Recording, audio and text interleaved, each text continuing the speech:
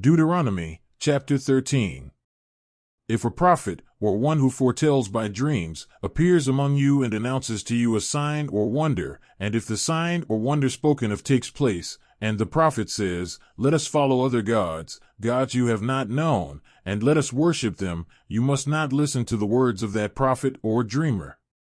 The Lord your God is testing you to find out whether you love him with all your heart and with all your soul. It is the Lord your God you must follow, and him you must revere. Keep his commands and obey him, serve him and hold fast to him. That prophet or dreamer must be put to death for inciting rebellion against the Lord your God, who brought you out of Egypt and redeemed you from the land of slavery. That prophet or dreamer tried to turn you from the way the Lord your God commanded you to follow. You must purge the evil from among you. If your very own brother, or your son or daughter, or the wife you love, or your closest friend secretly entices you, saying, "Let us go and worship other gods, gods that neither you nor your ancestors have known, gods of the peoples around you, whether near or far, from one end of the land to the other," do not yield to them or listen to them.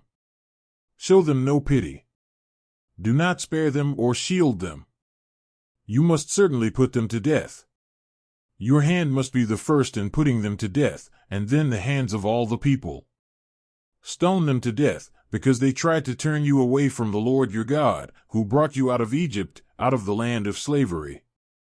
Then all Israel will hear and be afraid, and no one among you will do such an evil thing again.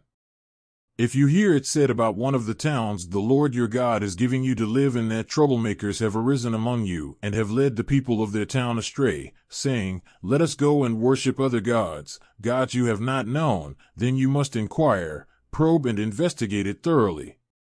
And if it is true and it has been proved that this detestable thing has been done among you, you must certainly put to the sword all who live in that town.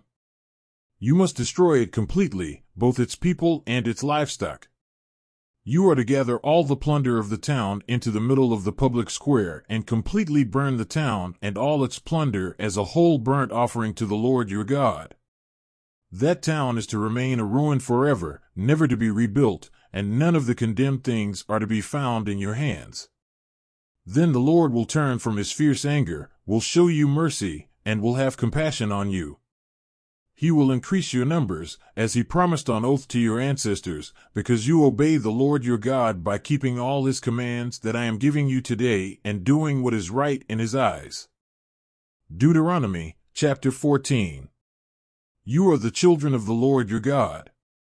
Do not cut yourselves or shave the front of your heads for the dead, for you are a people holy to the Lord your God. Out of all the peoples on the face of the earth, the Lord has chosen you to be his treasured possession. Do not eat any detestable thing. These are the animals you may eat: the ox, the sheep, the goat, the deer, the gazelle, the roe deer, the wild goat, the ibex, the antelope, and the mountain sheep. You may eat any animal that has a divided hoof and that chews the cud. However, of those that chew the cud or that have a divided hoof you may not eat the camel, the rabbit, or the hyrax. Although they chew the cud, they do not have a divided hoof, they are ceremonially unclean for you. The pig is also unclean, although it has a divided hoof, it does not chew the cud. You are not to eat their meat or touch their carcasses. Of all the creatures living in the water, you may eat any that has fins and scales. But anything that does not have fins and scales you may not eat, for you it is unclean. You may eat any clean bird. But these you may not eat: the eagle, the vulture, the black vulture, the red kite, the black kite, any kind of falcon, any kind of raven, the horned owl, the screech owl, the gull, any kind of hawk, the little owl, the great owl, the white owl, the desert owl, the osprey, the cormorant, the stork, any kind of heron, the hoopoe, and the bat. All flying insects are unclean to you, do not eat them. But any winged creature that is clean you may eat. Do not eat anything you find already dead. You may give it to the foreigner residing in any of your towns, and they may eat it, or you may sell it to any other foreigner. But you are a people holy to the Lord your God. Do not cook a young goat in its mother's milk. Be sure to set aside 1/10 of all that your fields produce each year. Eat the tithe of your grain, new wine, and olive oil, and the firstborn of your herds and flocks in the presence of the Lord your God at the place he will choose as a dwelling for his name, so that you may learn to revere the Lord your God always. But if that place is too distant and you have been blessed by the Lord your God and cannot carry your tithe, because the place where the Lord will choose to put his name is so far away, then exchange your tithe for silver, and take the silver with you and go to the place the Lord your God will choose.